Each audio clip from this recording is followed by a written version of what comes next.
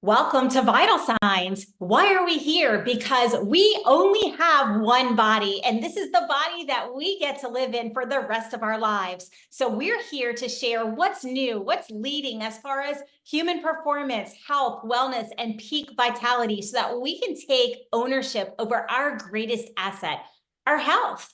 I have with us one of our resident experts again today. You've seen him before, but I wanted to really dive in because Ryan Stoffko has really amazing technology that he utilizes in order for us to become the absolute best, most healthy, amazing human beings possible. So welcome back to the studio, Ryan. Thank you for that warm introduction, Jen. Absolutely. And I want to dive right in. I want to talk about neurofeedback.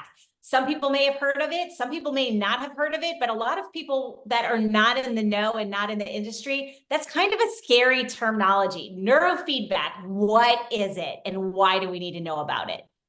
Well, neurofeedback is a tool that is associated with helping an individual control their brain waves.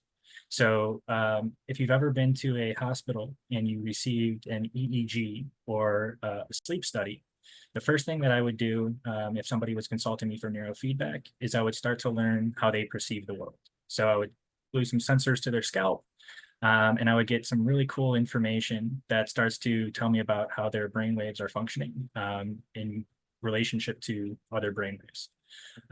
Now, the end goal of neurofeedback is basically to teach somebody how they're perceiving the world and to teach them how to relax. Because if you're actually able to relax and perceive relaxation, that's a time period where you're maximizing your energy expenditure and you're able to promote repair. So it doesn't matter if you're exhausted from a social stress at school, at work, or at a personal level. Being able to recover from that social stress is important. Or if you're a peak performing professional athlete and you want to make sure that your muscles are performing at their peak potential, neurofeedback also has a physical component at the cellular level to make sure that your body is repairing and turning over as it's supposed to be. So I want to highlight the thing that makes me excited, and that's teaching us how to relax so many times. And I'm going to just talk about this in the workplace as a busy mom, when I'm taking care of the grandbabies. There's so many stressors and micro stressors. I mean, sitting in traffic that exist. And we may have self-care built into our day, but if we don't understand how to actually relax and what it feels like when we are relaxed, how do we know that our self-care is actually impactful? So can you dive in a little bit more? How does it teach us how to relax?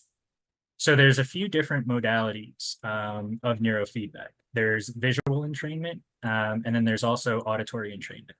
For me, I prioritize auditory entrainment because of my understanding of the human brain. With my understanding of the human brain, there's only one sensation that is active 24/7, 365, and that acts as your natural alarm system. That would be our sense of sound. So what I do is after I learn the brainwave signatures of my client, I then put just basic headphones, 1970s version of headphones, onto their head, and then from there I play back subtle tones that coincide with different relationships inside of their brain. So the goal in that session, whenever I actually provide neurofeedback, is at that moment in time to make you sleepy and to the point where you're getting ready to initiate sleep and have a nice little nap. So that's actually how I describe it to most of my clients. It's like you're in a hospital and you're hearing that little heart rate monitor, but instead of it coinciding with your heart, it's coinciding with your brain's activity. So that said, it's very important in terms of what time of day you schedule a neurofeedback session. For me, I find that the optimal time period is right before I'm getting ready to go to bed at night. So around 7:30 as the sun starts to set. That's a decent time to start downshifting and building a downshift routine into your daily schedule. And for some, neurofeedback does that. For others, they don't necessarily have to be hooked up to a machine. They can just close their eyes and meditate or pray, and that helps them. The second window, which I enjoy doing neurofeedback, is right around the time period of a siesta. So right around 1 p.m. till 3:30 p.m. in the afternoon, right after you have a nice nutritious lunch. Go ahead and relax, let it digest, and then get back to your daily routine. So that would be the ideal times to build neurofeedback into your schedule. But then after you have gone through neurofeedback for an extended time course, you start to actually feel control over your emotions. And what I mean by that is I feel when I've done neurofeedback, it enhances my confidence in my intuition. So one of the things that I learned specifically after assessing my brain with the QEEG is the importance of breathing, and not only breathing, but self-scanning yourself at any moment in time to figure out how you're breathing. So as you mentioned, if you're a single mother and you have 2 or 3 children running around, there's going to be a lot of noise. There's going to be a lot of stress and stimuli that triggers you into the fight or flight response, which is the polar opposite from being relaxed. So how do you deal with that in the now? Well, the first thing that I would recommend is being able to assess, am I breathing very rapidly and shallow? Because if so, then I need to become consciously aware that how I'm physically responding is going to coincide with the perception of anxiety or high stress in my environment. And that energy is something that if there's other people in my environment who are sensitive, like little children, they're sponges, they're going to gravitate and feel that energy, and they're going to respond to whatever energy you provide to them. So one of the huge benefits of being able to actually scan yourself and be aware of the different breathing rates and rhythms is you can make that conscious awareness of how you're being perceived by others in your environment. And then once you actually master that skill, you can sit there and start to build in little coping mechanisms or skills in the now to go ahead and get yourself to baseline before you actually physically respond in your environment. So we are a plugged in society, and that is not getting any better. It continues to be such. And as a plugged in society, we've tuned out to our internal cues. I mean, I'm going to use hunger as an example. We're eating while we're on television, watching television, or we're on the computer, and maybe we're driving and we're eating. We're multitasking, and so we now don't know when we're full because we're doing so many things and not paying attention. How has this plugged in society resulted in the fact that we can't internally regulate this or even recognize that we're relaxed or that our breathing rate is not of a relaxed state? What are the warning signs that tell me, oh, hey, I'm not even paying attention. I don't even know that I'm relaxed or not relaxed, so that we know that neurofeedback is a tool that we should seek out? I mean, that's a fantastic question. That's literally one of the struggles that I have as a business owner in the neurofeedback space. I have to first and foremost, relay to my clients that that's the starting point. You have to be able to pick up your own personal triggers. You have to be able to identify that whatever you're currently doing now is not enough. And you need to have the ability and the confidence to actually reach out to somebody that is trustworthy and that shares your same goals in life on a personal level, but also on a professional level, to start to, expose some of these blind spots that you may have as an individual. So it's a very difficult question, truthfully, to answer, because every brain is different, and there's different stresses that certain people might not pick up on. I'm one of those people. I normally don't eat lunch unless I get a text from my other half that reminds me to eat lunch. So that's probably the best answer that I can provide at this moment in time. It's a constant struggle, but you have to be confident and willing to go out and ask for assistance from somebody that you trust and look up to as a role model and mentor. Thank you for that. And we are going to have to break. But before we do, if you're watching this, when I'm picking up what Ryan is putting down.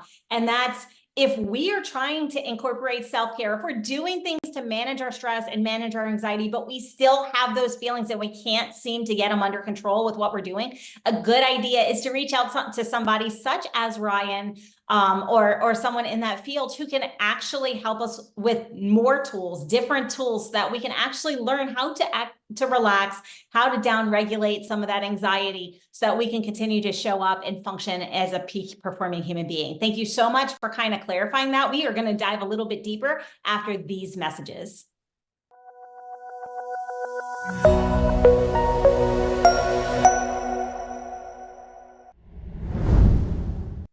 Welcome back to Vital Signs. If you're just tuning in, remember that this show is for educational purposes only. Remember, anything that you hear, be sure to consult with your medical practitioners before integrating anything new into your routine. But we were talking before the break with Ryan Stoffko about neurofeedback.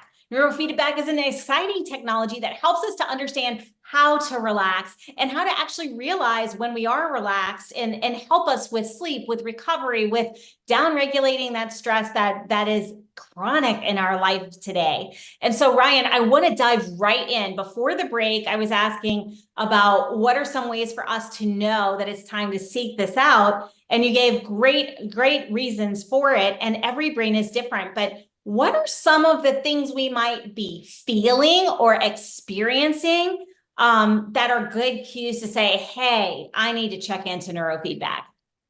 Absolutely. That's a great question. So the first thing that I would sit there and recommend is, if you're going to bed at night and you have a set bedtime and you're laying in bed and you're there for an hour and you still haven't fallen asleep. If you're experiencing racing thoughts and rumination over the content that went through your day, week, lifetime, that would be the first indicator that you probably would want to seek out neurofeedback and somebody in the brain mapping space. Another good visceral sign would be if you're somebody who's constantly feeling like you have an elevated heart rate, you feel that you have a lot of tension in your muscles. That typically would coincide with the need for anger management. So if you're somebody who feels like you're constantly walking on eggshells, or you're constantly in an environment that you don't know how to cope with or respond to, neurofeedback would definitely be something to help you build some stability and some confidence when operating within those environments. And then the third thing that I would recommend is, if you're going to a medical team and you're going to multiple different specialists, and you finally were told what the diagnosis is that matches up with the symptoms that you've been describing to your medical team, but you want to get into some of the causative elements that created that situation that you're presently experiencing, that's something where not necessarily neurofeedback has the ability to improve your understanding there, but that's where I would prioritize sleep performance profiling in particular, because that's a full stress profile. It starts to highlight and bring awareness to the stresses that you welcome into your awake hours. But then it also highlights some elements of hygiene associated with repair work, that if you're not doing that, it starts to explain why you're responding to your environment in the way that you are, and the symptoms that you're perceiving. That's really helpful. And so if we're feeling these things, if we're having these sleep disturbances, if we're ruminating and having all these thoughts and we can't shut down our brain, we're just tense, we're having that elevated heart rate, and we want to get started, what is it like? If I reach out, is this something that's a virtual opportunity? Is this in an office? What kind of time commitments are we thinking about? Because that is something that is actually a barrier. Not knowing what to expect is a barrier to getting treatment and care, and really taking that next step. So what can we expect as clients or patients who are undergoing this? Like what does that look like? So first and foremost, what I offer to anyone that's wanting to learn about neurofeedback and QEEG brain mapping and how it may impact your life, I have a 90-minute discovery call, completely complimentary, no charges or commitments associated with that. During that 90 minutes, I'll introduce to you the technology. I'll introduce to you the 3 different perspectives that utilize these tools. And then I'll highlight the strengths and advantages of each different approach and some of the disadvantages. At that point, I'm hoping that you choose human biology and the approach that I provide. But if I'm not the particular provider for you, I have a very large network of neurofeedback specialists who are experts around the globe, and we'll find the right provider specific to your needs.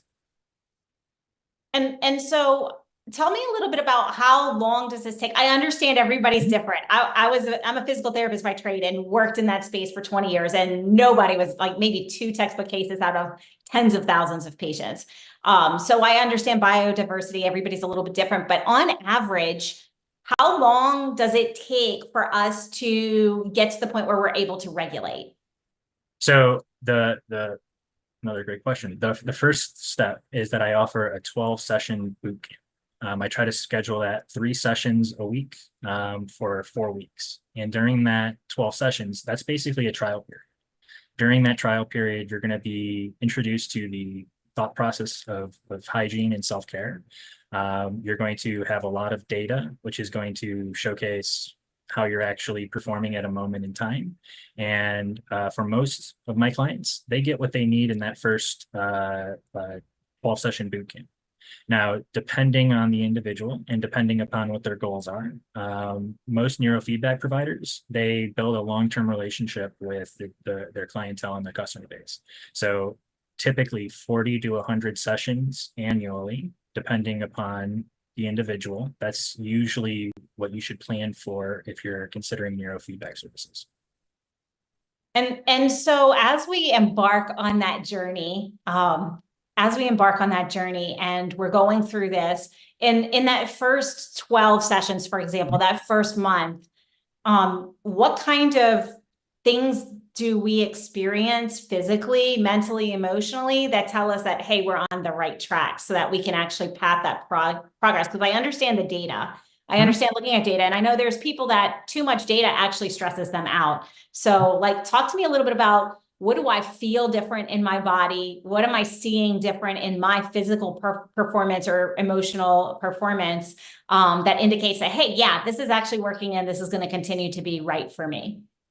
Well, first and foremost, one of the things that I should probably mention before I answer your question directly is I travel to my client's home or office. So I'm walking into a place of comfort for all of my clients. I'm not asking them to leave their home or their office. And that's very important when we're talking about the data. Now, in terms of what should somebody be feeling?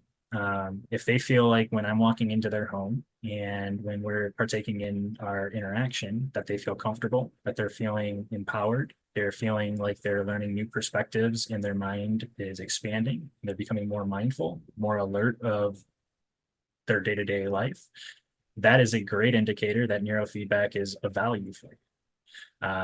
If all of a sudden you're sleeping better, when you hit the bed, it takes 10-15 minutes before you realize that you're in deep sleep. That's another great indicator that neurofeedback is beneficial for you.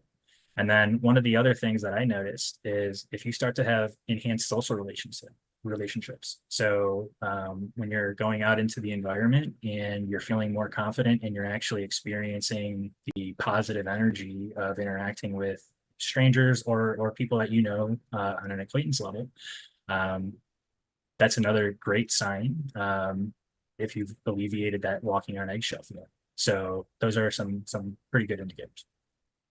And this is really fantastic because, folks, what Ryan is saying is there's tools and technology that can literally help us so that we become more in control of our emotions, our stress levels, our sleep, quality of sleep, and our performance, which if we're not sleeping, sleep's the foundation of health. And I think we talked about this already before on this show, Ryan, but sleep is the foundation of health. And it's where we restore and rejuvenate. And if we're not getting that, then everything else, how we're eating, how we're moving our body is kind of secondary because we don't have that restoration.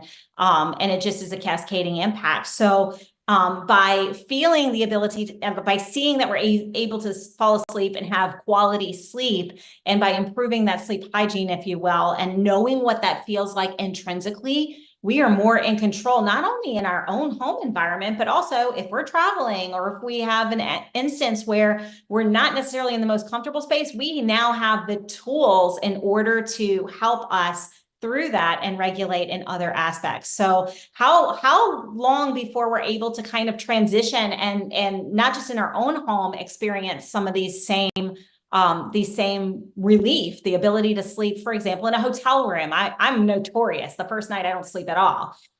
So how long before that transference occurs? Yeah, so usually the first week of services, it's more so, like I said, getting comfortable with a new person walking into your living quarters, but then also having this technology on your head while taking a nap in a comfortable position. So that usually takes a 2 or 3 sessions before people actually adapt and calibrate to the environment. Um, that said, you start to perceive benefits. At least I have, and a couple of my clients that I started with within the first 2 weeks. You start to actually feel rejuvenated in the morning. You start to actually feel like you have better control over your emotions. And sometimes there's certain cognitive processes that you want to enhance and work towards as well. And that's why you would integrate, a neurofeedback routine into your daily routine. So 2 to 3 weeks would be when you start to perceive the benefits, and then we try to hit home another week or two. That's why we build it into a 4 to 6 week program to reinforce that confidence in that feeling.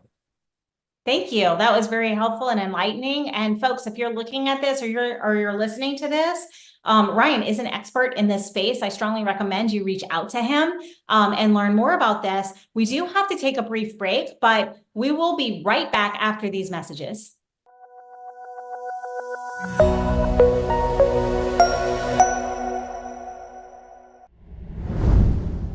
Welcome back to Vital Signs. If you're just tuning in, you're going to want to go to nowmedia.tv, click on shows and Vital Signs, and catch the first half of the show, because we have been talking about pure gold.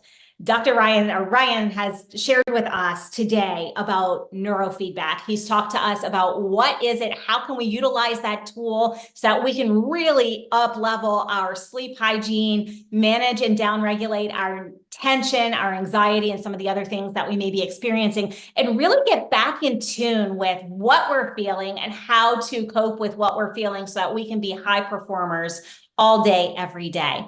And we talked a little bit, Ryan, about biodiversity and how no two people are the same. Let's talk about, how does fitness and physical activity enter this equation now that we've covered sleep hygiene, and regulation?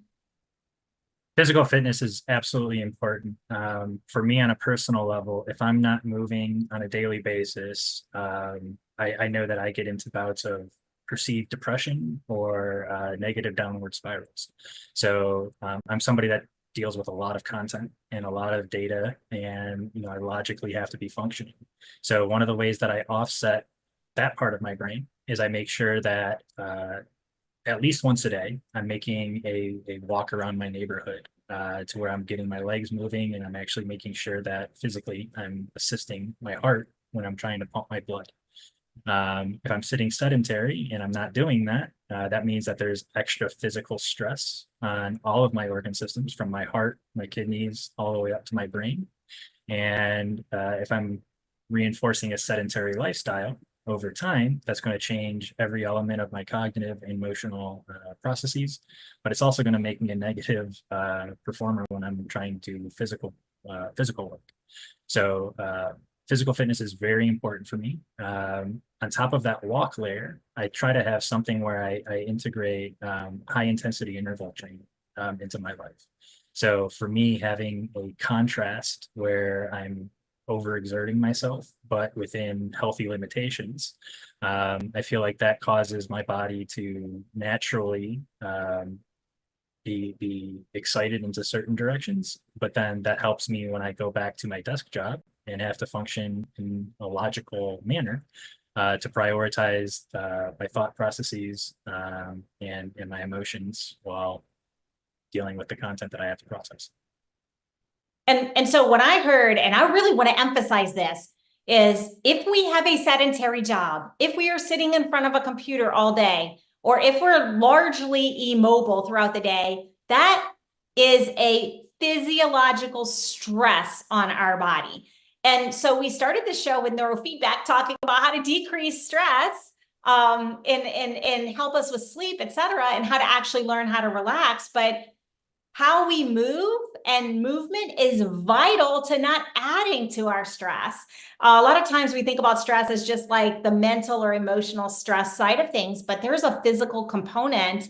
And what I heard you say is when we get up and move, we're able to mitigate that, and almost reverse the negative impact of a sedentary lifestyle. So I'm going to ask you, what level of movement actually counterbalances the fact that we're sitting behind a computer all day? Is there something, is this as individual as the human being, or are there some recommendations from a standpoint of what you do, that would really help us to say, okay, great, I've got my 30 minutes a day of walking in and I've hit these things, so I know that I'm good. So when it comes to physical fitness recommendations, that truthfully would be where I would want to network with a personal trainer or somebody that's specialized in the fitness world. I don't have any certifications or specialty, even though I was a collegiate athlete and I was a semi-pro athlete as well. So, I can provide you with some guidance, but I would definitely refer out there in terms of what would be optimal for you in that context. But one of the things that I value on a personal level is I value moving with purpose or moving naturally. I'm not the guy that likes to go pick up heavy weights just to say I can pick up a heavy weight and put it back down in the place that it was once in. But at the same time, I love MMA training because that kind of correlates into, self-defense and translates into confidence as well. If you're walking out and you know that you're safe and secure, that's a great value. The reason why I integrate high intensity interval training, I'm personally somebody that enjoys extremes, but I don't enjoy catering and staying in those extremes for long periods of time. So high intensity interval training for me is something that allows me to, in a short period of time, improve upon whatever gain I'm focused on, whether that's building muscle mass, whether that's enhancing my cardio fitness. And for me, it's absolutely necessary that I have that layer built in at least twice per week. I'd like to do it a little bit more, but at least twice per week, in order to offset some of the sedentary tasks that I have to do with my job. So I'm going to ask a question because I know it's going to come up. A lot of people, most people know I actually am huge on yoga. I'm huge on yoga because it's a mindful movement. I do regular retreats that involve yoga. So for those who are more into the mindful movement, think yoga, Pilates, some of those kind of things, are those equally as beneficial? Or do we need to be getting our heart rate up more? Is there something that we need to be doing differently from a mitigating the stress standpoint? I absolutely love yoga. I haven't done yoga for almost 10 years, and I've been trying to find a hot yoga studio in particular in my local environment. I love hot yoga and hatha yoga.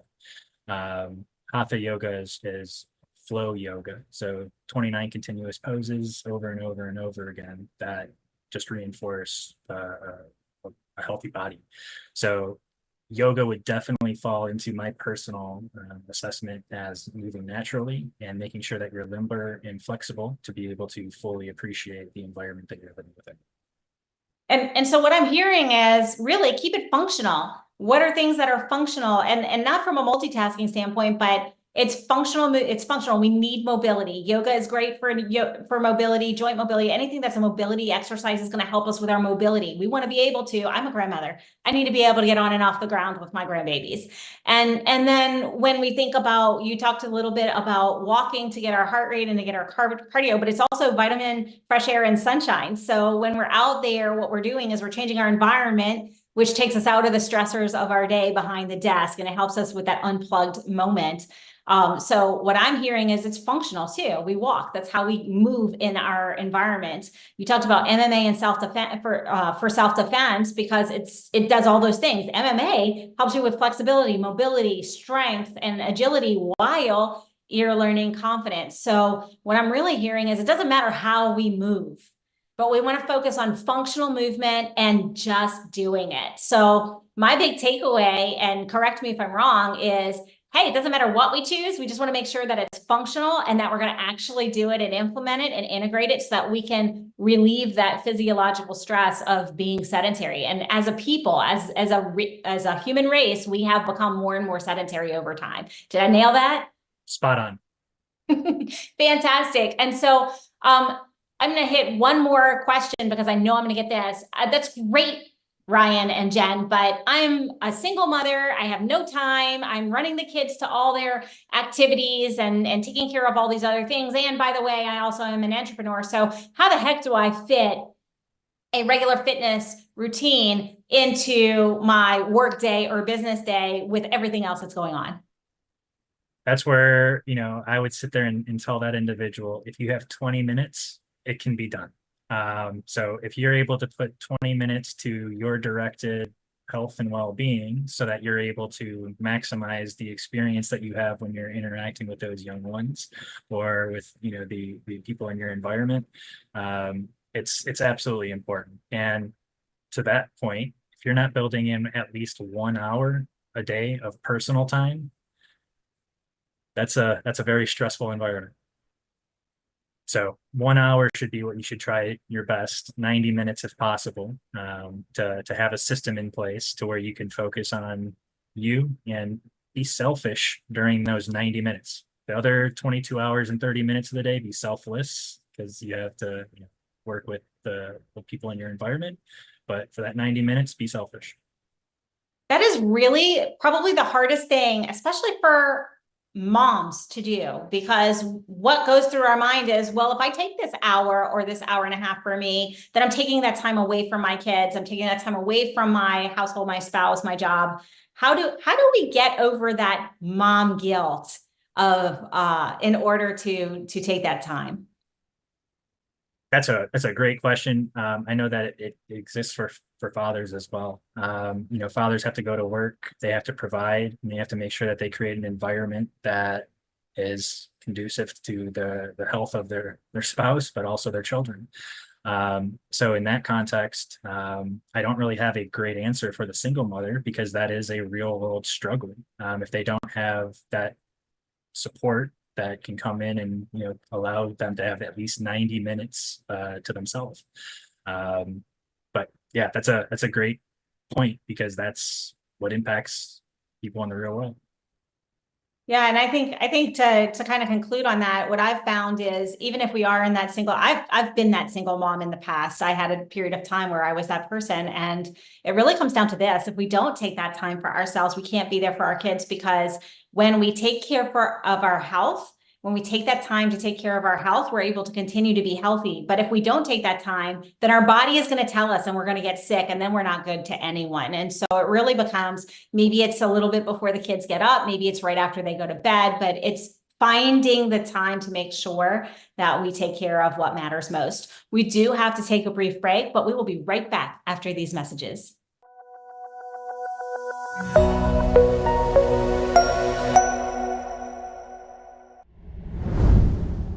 Welcome back to Vital Signs. We have talked about sleep hygiene, neurofeedback. We have talked about movement and how important it is for us to move our bodies to mitigate the stress associated with a sedentary lifestyle or sitting behind a computer all day.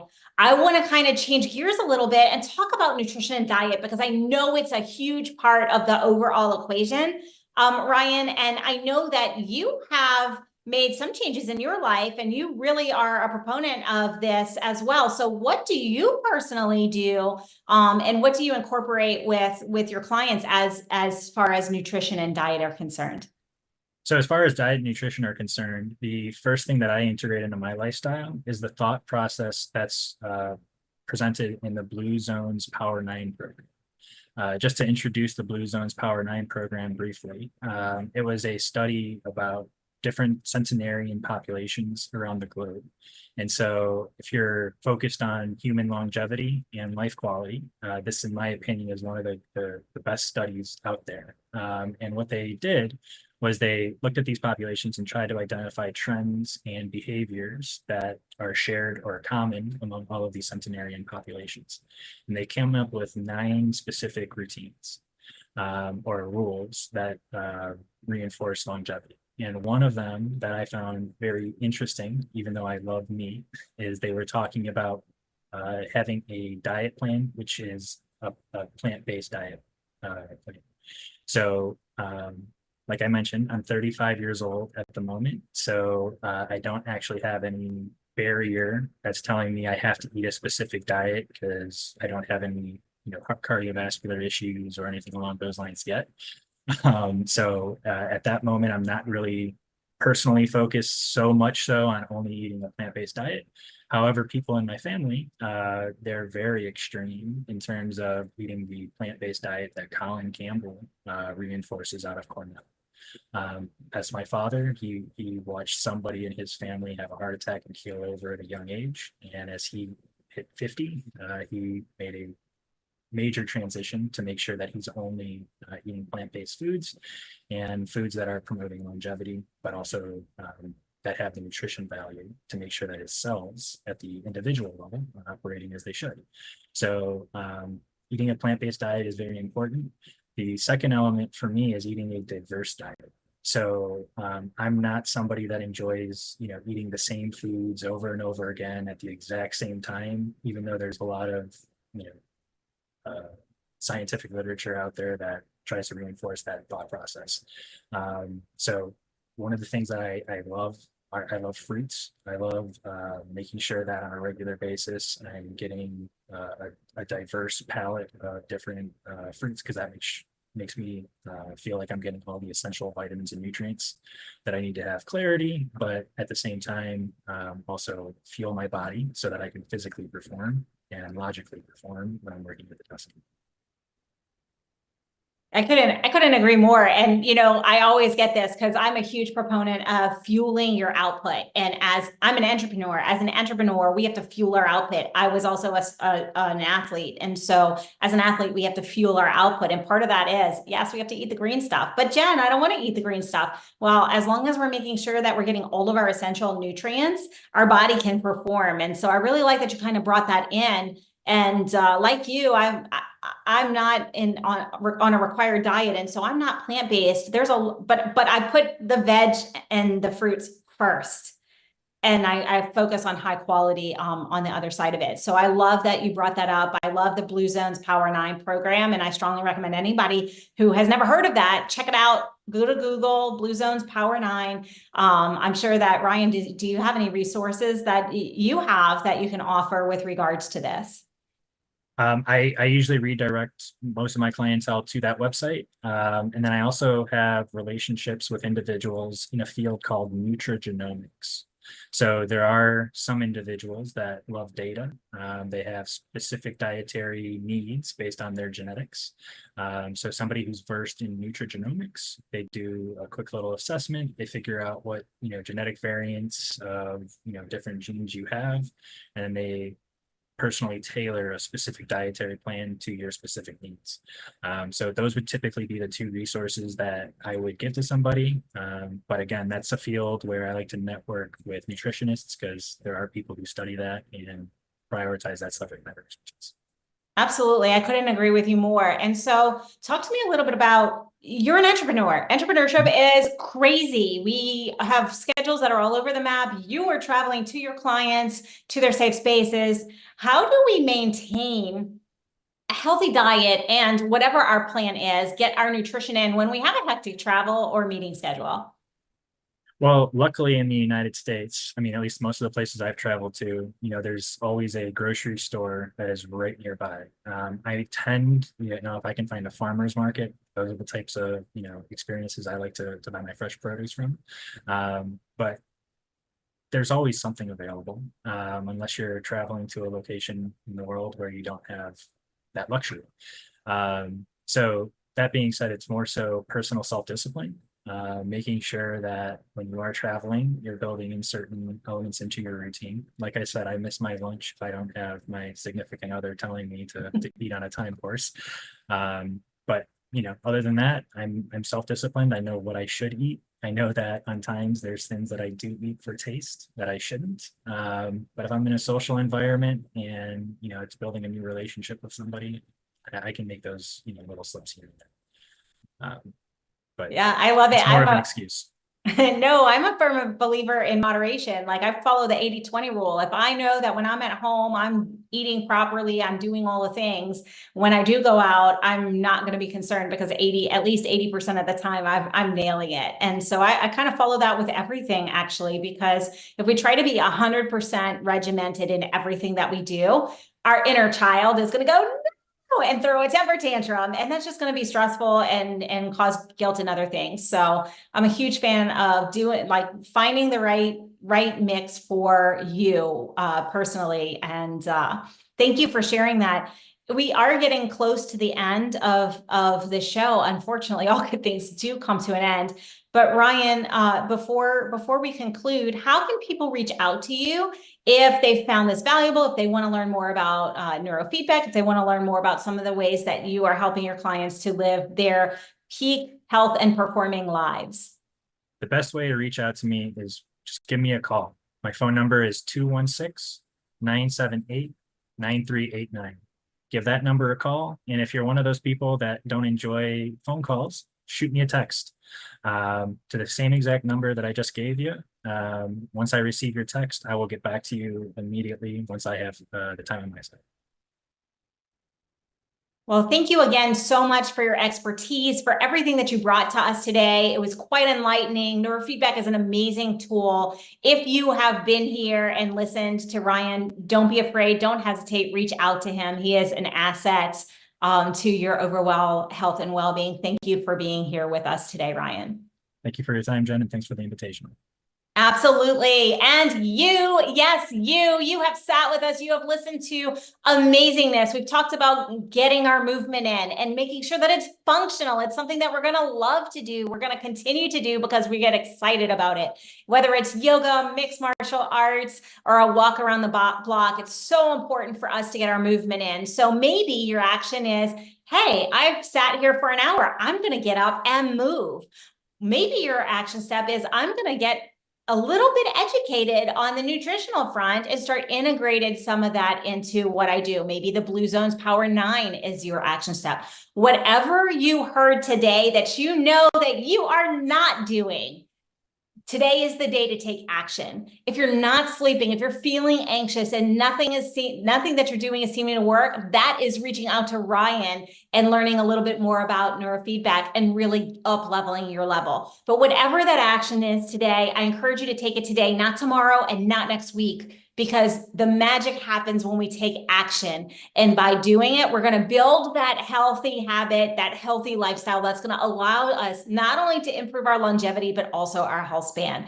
We will be here, same time, same station next week. But until then, have an amazing rest of your day.